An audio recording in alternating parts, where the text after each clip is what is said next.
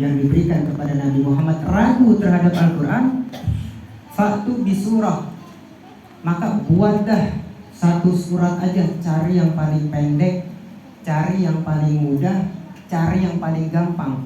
Ditantang tuh orang-orang Arab yang paham ilmu sastra tuh, ditantang sama Al-Quran. Kalau ente ragu terhadap Al-Quran, ayo buat semisalnya deh satu ayat, cari yang paling gampang, yang paling mudah, cari.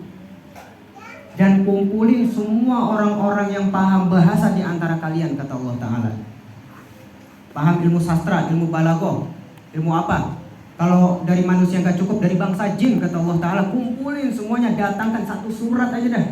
Kalau ente ragu, kata Allah Ta'ala gitu, ditantang manusia. Tapi nyatanya apa? Gak ada yang bisa mendatangkan yang semacam dengan Al-Quran.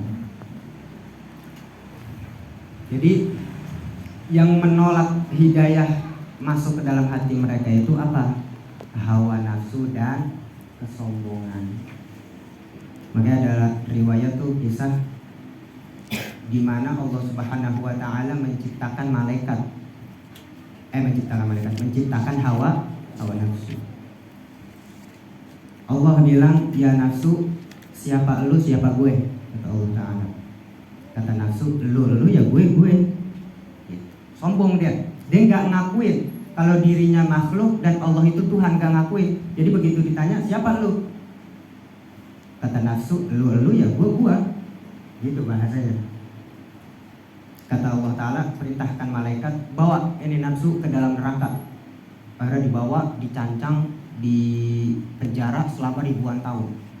Begitu udah kelar masanya, ditanya lagi ini nafsu, hai nafsu, siapa lu, siapa gue? Nafsu masih tetap sama jawabannya, lu gue. Lalu Allah Ta'ala perintahkan lagi malaikat, buat apa? Untuk memerintahkan ini nafsu masuk ke dalam neraka Zamharir, neraka yang dingin. Emang ada neraka yang dingin? Ada, neraka yang dingin ada.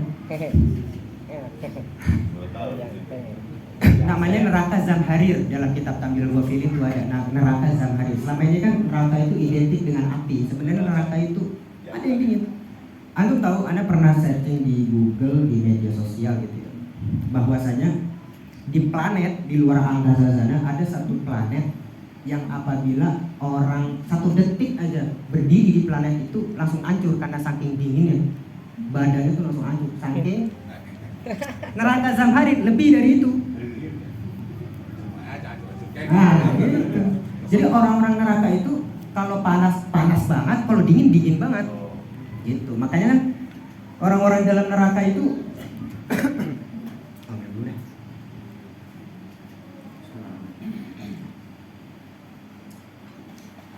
makanya orang-orang di dalam neraka itu mohon sama Allah Ta'ala diberikan kesejukan, dimasukin ke Zamharir ya. Jadi dingin banget nerakanya. Gitu. Dimasukin nih ini nafsu ke neraka Zamharir namanya. Neraka apa namanya? Zamharir. Udah didinginin tuh dia sampai benar-benar ribuan tahun tersiksa dia. Akhirnya Allah Ta'ala perintahkan malaikat untuk ngeluarin. Kata Allah Ta'ala sama nafsu, masih tetap sama jawabannya, lu gue. Akhirnya Allah Ta'ala perintahkan malaikat untuk ngurung dia di suatu ruangan, jangan dikasih makan, jangan dikasih minum, dan jangan diberikan apa yang dia mau. Udah mulai dari saat itu nafsu menyerah. Yadah ya Allah, anta rabbi wa ana abdu, engkau adalah Tuhan aku dan aku adalah hambamu. Ya dari sini kesimpulannya bahwasanya untuk menundukkan hawa nafsu ya dengan cara puasa. Cuman dulu kita diajarin sama Ustaz Muhsin bin Said. Beliau salah satu keturunan Sultan Hasanuddin Banten, murid dekatnya Al-Habib Abdullah bin Husain Syami Al-Aqtas. Ya, dari kalangan majlis taklim udah pada kenal tuh Habib Abdullah bin Husain Syami Al-Aqtas yang magamnya di Kalibata. Ini Habib Kuncung nih, kan ada dua magam tuh dekat tempat Yasin, anaknya Habib Umar bin Hud. Nah sampingnya itu Habib Abdullah bin Husain Syami Al-Aqtas. Kalau antum ziarah ke Kalibata, usahain tuh kirimin Fatihah kepada beliau. Kalau kata Ustaz Muhsin, cara yang paling ampuh untuk menundukkan hawa nafsu dengan cara berpuasa, batalin 5 menit lagi mau maghrib. Ini 5 menit lagi mau maghrib nih, antum batalin. Itu cara yang paling ampuh untuk menundukkan hawa nafsu. Lagi remaja-remaja nih yang otaknya pengen kawin kan, sama, kita yang ngalamin begitu.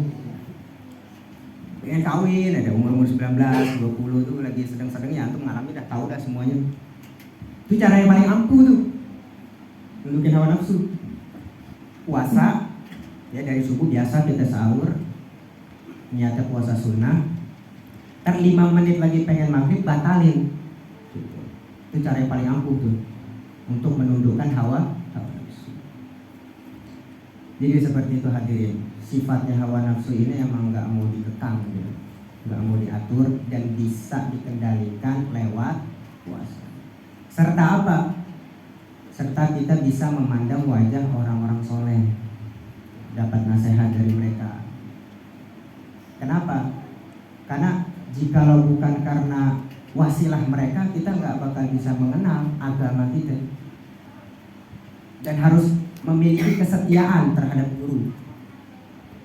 Ya, karena dalam kitab Qawaidul Mukhtarah itu dikatakan sab'una fi mi'atin annal ilma yunalu bisababi quwwati rabitati bainal murid wa syekhi.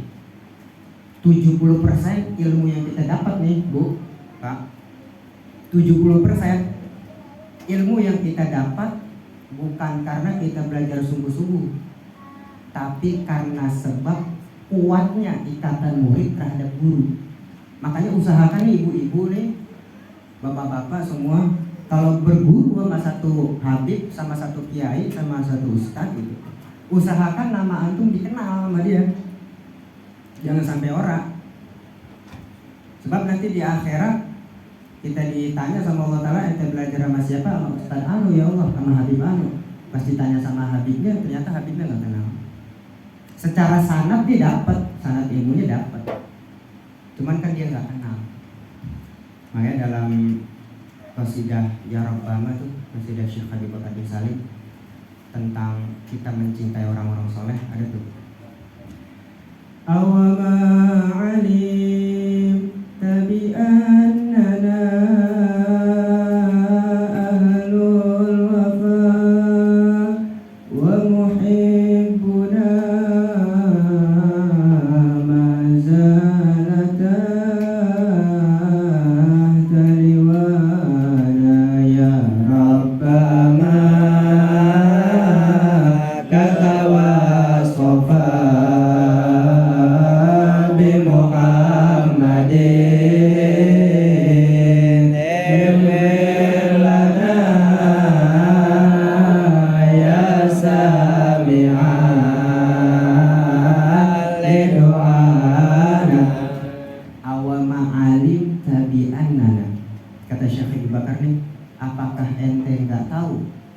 bahwasanya kami ini orang-orang soleh, ini kata Syekh Abu Bakar, para orang-orang soleh adalah orang yang sangat setia, orang yang sangat wa muhibbuna manzala tahta liwana, dan orang yang cinta terhadap kami senantiasa berada di dalam naungan kami, atau kelak di akhirat berada di naungan kami. Orang yang cinta, cukup cinta, ada di naungan orang-orang soleh. Cuma kalau kata Sayyidina Hasan dan Sayyidina Husain, kan ada hadis begini ya, almar'u ma'aman ahabba ya, yuhsyarul mar'u ma'aman ahabba. Itu hadis sudah populer banget di kalangan kita. Seseorang akan dibangkitkan atau akan dikumpulkan bersama orang yang dia cinta, kan gitu. Cuma dua cucu Rasulullah nih berselisih pendapat. Kalau kata Sayyidina Hasan, enggak cukup cinta doang. Kenapa? Karena orang-orang Nasrani, orang-orang kafir mencintai Nabi Isa. Apakah mereka dikumpulkan bersama Nabi Isa? Tentunya enggak. Kenapa? Karena mereka tidak mengikuti jejak Nabi, malah mempertuhankan. Orang-orang Syiah, ya, mengidolakan Sayyidina Husain. Ya Husain, ya Husain. Emang dikira apa itu? Menunjukkan kecintaannya. Jadi waktu dedengkot Syiah dari Iran datang ke Sayyidina Ali untuk diminta jadi ketua di sono di Iran, Sayyidina Ali nolak. Nolaknya kenapa? Jangankan untuk tinggal di sono, buat ngelewatin jalannya aja saya nggak kuat, kata Sayyidina Ali. Kenapa? Karena di tempat itu bapak saya dipenggal. Ini orang-orang Syiah nih, ya, datang ke Sayyidina Ali, minta maaf, minta ridhonya, dan diminta Sayyidina Ali untuk menjadi ketua di sana, jadi presiden lah bahasanya. Akhirnya karena maafnya begitu dan Sayyidina Ali nggak mau untuk jadi ketua, akhirnya mulai dari saat itu ada ritual tuh, ya Syiah, ya Husain, ya Husain, ya Husain. Itu melambangkan kecintaan mereka terhadap Sayyidina Husain. Tapi apakah mereka dikumpulkan kelak di akhirat bersama Sayyidina Husain? Enggak.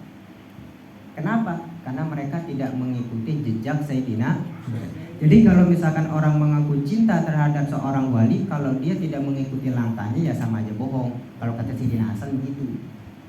Tapi kalau kata Sayyidina Husain, cukup cinta ente selamat. Cukup cinta ente selamat. Milih yang mana? Ya kalau bisa dua-duanya deh. Itu jadinya. Cinta, cukup cinta ente selamat kalau kata Sayyidina Husain. Agak ada, ini belum masuk kitab ini. Asal. Hah? Asal ya? Kita ya bentar ya, sama Lukai sama Imam Ghazali. Bismillahirrahmanirrahim. Qala Syekhul Musannif rahimahullahu taala wa adama naf'abihi wa bi barakati ulumihi wa bikum fi dharain amin. Allahumma amin. Ini hadis, kitab berisi hadis qudsi, hadis yang firman Allah Ta'ala yang tidak ada di dalam Al-Quran. Jadi disampaikannya melalui malaikat Jibril, dan malaikat Jibril bilang sama Nabi Muhammad, dan Nabi Muhammad menyampaikan kepada umat. Jadi disebutnya hadis qudsi. Kudus kan artinya suci, qudsi ya suci, hadis yang suci. Asalnya hadis yang berasal dari Allah Ta'ala yang tidak ada di dalam Al-Quran. Yaqulullahu Ta'ala, bismillahirrahmanirrahim. Yaqulullahu Ta'ala, Allah Subhanahu wa Ta'ala berfirman, syahidat nafsi an la ilaha illa ana wahdi. Diriku bersaksi bahwasanya tidak ada Tuhan kecuali Aku yang Maha Esa. La syarika li Muhammadun abdi wa rusuli. Tidak ada sekutu padaku dan Muhammad hambaku dan rasulku. Ini Allah Ta'ala yang bilang nih dalam hadis qudsi. Terus Allah bilang apa lagi? Man lam yarda biqada'i. Barang siapa orang yang tidak senang dengan keputusanku, walam yasbir ala balai, dan tidak sabar terhadap bala ujian yang aku berikan, gak sabar dia. Walam yashkur ala na'mai, dan dia gak syukur atas nikmatku. Walam yaqna' bi ata'i, dan tidak pernah merasa cukup dengan pemberianku, tamak. Fal ya'bud rabban siwa'i, diusir sama Allah Ta'ala, cari dah Tuhan selain aku, kata Allah Ta'ala. Cuma Islam doang yang begini, yang menentang hambanya seperti ini. Bukti bahwasanya Allah Ta'ala itu ghaniyun 'anil 'alamin. Allah enggak butuh terhadap alam semesta. Kalau kita enggak sabar, enggak syukur, terus merasa tamak, enggak merasa cukup, cari Tuhan selain Allah Ta'ala. Sedangkan kenyataannya tidak ada Tuhan kecuali Allah Subhanahu wa Ta'ala. Wa man asbaha hazinan 'ala dunya faka'annama asbaha sakhitan 'alayya. Dan barang siapa berada di pagi hari dalam keadaan bersedih terhadap dunia. Artinya apa? Kemarin gue dapet cibang segini lagi, ini besok gue buat makan bagaimana ini? Sedih hatinya, gelisah. Maka dia sama seperti orang yang murka terhadap Allah Subhanahu wa Ta'ala. Wa man ishtaka ala musibatin faqad syakani. Dan barang siapa yang dikit-dikit ngeluh atas musibah yang Allah beri, kata Allah Ta'ala nih, maka sungguh dia telah menghardik aku, kata Allah Ta'ala. Maksudnya Allah Ta'ala bilang seperti ini bukan untuk memberatkan kita, tapi untuk mendidik kita supaya kita agar lebih tegar lagi di dalam menghadapi masalah. Emang masalah itu emang nggak gampang buat dihadapin, susah. Kata Imam Ghazali kan, sabar sahlun fil kalam, sokbun fil af'al. Gampang diucapin deh, tapi susah untuk dilakuin. Yang sabar ya lu enak, cuma ngomong doang, lah gua yang ngerasain. Gitu. Iya benar. Sabar emang begitu, sabar. Cuman kalau sabar tuh dahsyat loh, sabar. Apalagi lapang dada ya, dikasih ujian, dicaci maki sama orang, sabar dia. Kata Nabi, kadal halim an yakuna nabiyyan. Hampir-hampir orang yang punya sifat lapang dada, hampir-hampir nyaris jadi nabi, katanya. Kata Nabi ini. Andai kata ada nabi lagi nih setelah Nabi Muhammad, orang yang lapang dada yang pantas jadi nabi. Jadi kalau misalkan tiket jadi nabi nih banyak, bisa dibelinya dengan lapang dada. Bang Jajang jadi nabi, ya kan? Kalau misalkan ada gitu, Ustadz Abdul Aziz jadi nabi, Ane jadi nabi, ya. Nun jadi nabi. Itu pun kalau ada, tapi kan kenyataannya Nabi Muhammad penutup daripada para orang yang sabar tuh, orang yang lapang dada, hampir-hampir jadi nabi, luar biasa.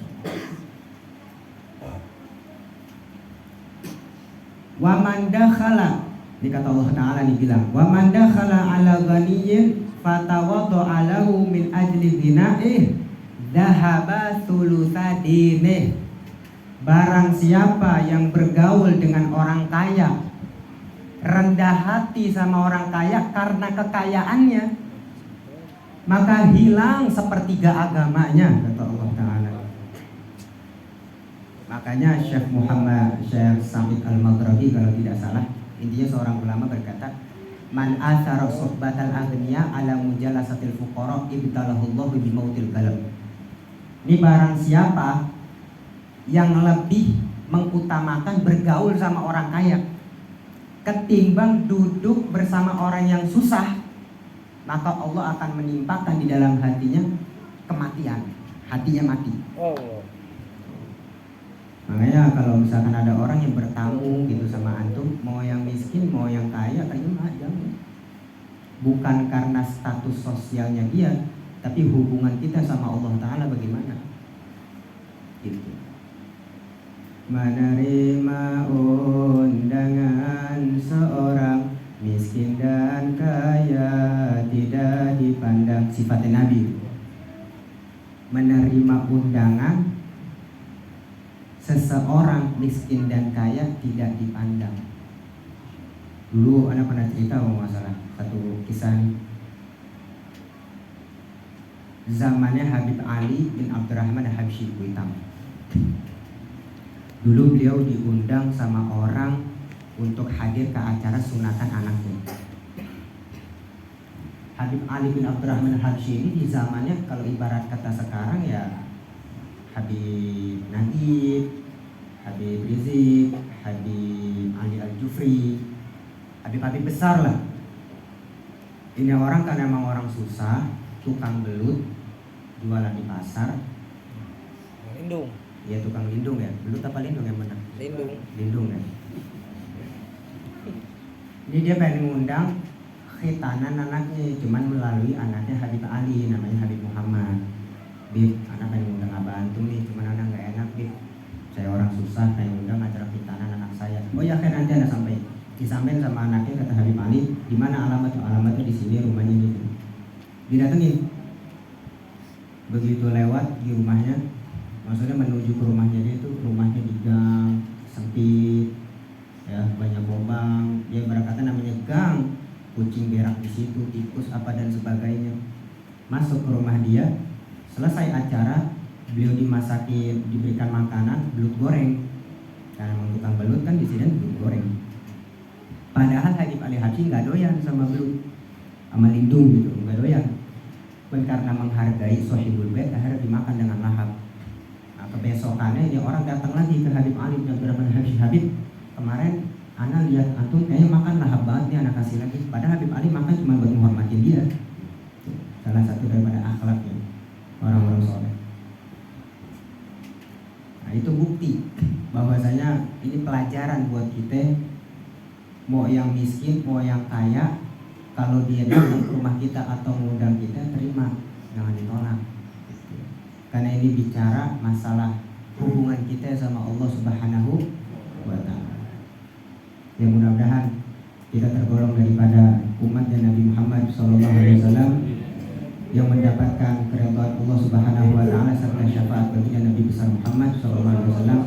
Dan mudah-mudahan jamaah semua yang hadir di sini mendapatkan keistiqomahan oleh Allah Subhanahu wa Ta'ala, diberikan kesabaran atas semua musibah-musibahnya dan diberikan kelancaran semuanya. Amin ya rabbal. Hadirin, satu lagi nih, amalan banyak orang yang was-was tentang masalah usia. Ya emang sih namanya kita umur kan kita nggak ada yang tahu ya. Bisa aja malam ini, bisa aja besok. Cuman kan namanya kita manusia ngerasa banyak dosa gitu ya. Kita pengen ya Allah nanti dulu lah matinya. Bisa aja antum duluan aneh belakangan antum duluan kan. Gitu. Jadi ngeri kadang-kadang kalau bicara masalah mati. Panjang lah pembahasannya masalah. Jadi ini amalan dari Habib Abdullah bin Ali Al-Haddad. Ini amalannya simpel sih, dibaca satu kali aja agar diberikan panjang umur sama Allah Ta'ala. Bacanya Subhanaman, pakai bahasa Indonesia catat juga gak apa-apa itu. Subhanaman la ya'lamu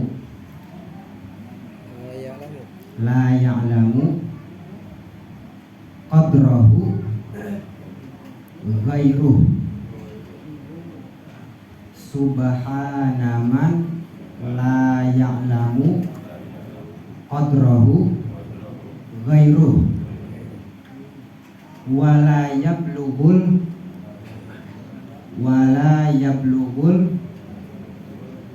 wasifuna sifatah. Asalnya sifatahu cuma disukunin aja gitu.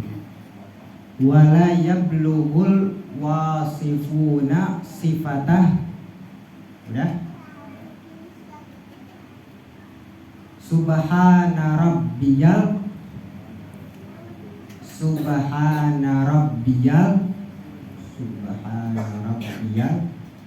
aliyil a'lal wahhab. Satu kali aja tuh dibaca setiap habis sholat fardu. Ini ana ulangin. Subhanaman la ya'lamu qadrahu ghairuh wala yablughul wasifuna sifatah. Subhana rabbiyal aliyil a'lal wahhab. Dibaca satu kali, insya Allah usia antum cepet. Baca satu kali aja usia cepet, maka jangan banyak-banyak kagak mati-mati ya deh.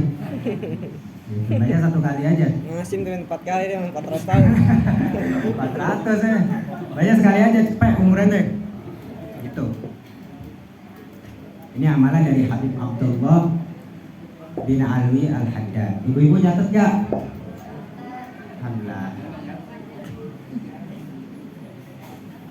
Tapi di satu sisi nih, ini sisi rehat-rehat aja lah.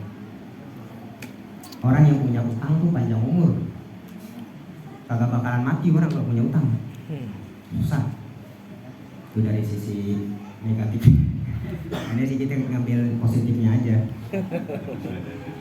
Ya Beb, saya baca itu keberatan Beb. Ya udah banyakin utang. Orang udah susah begini.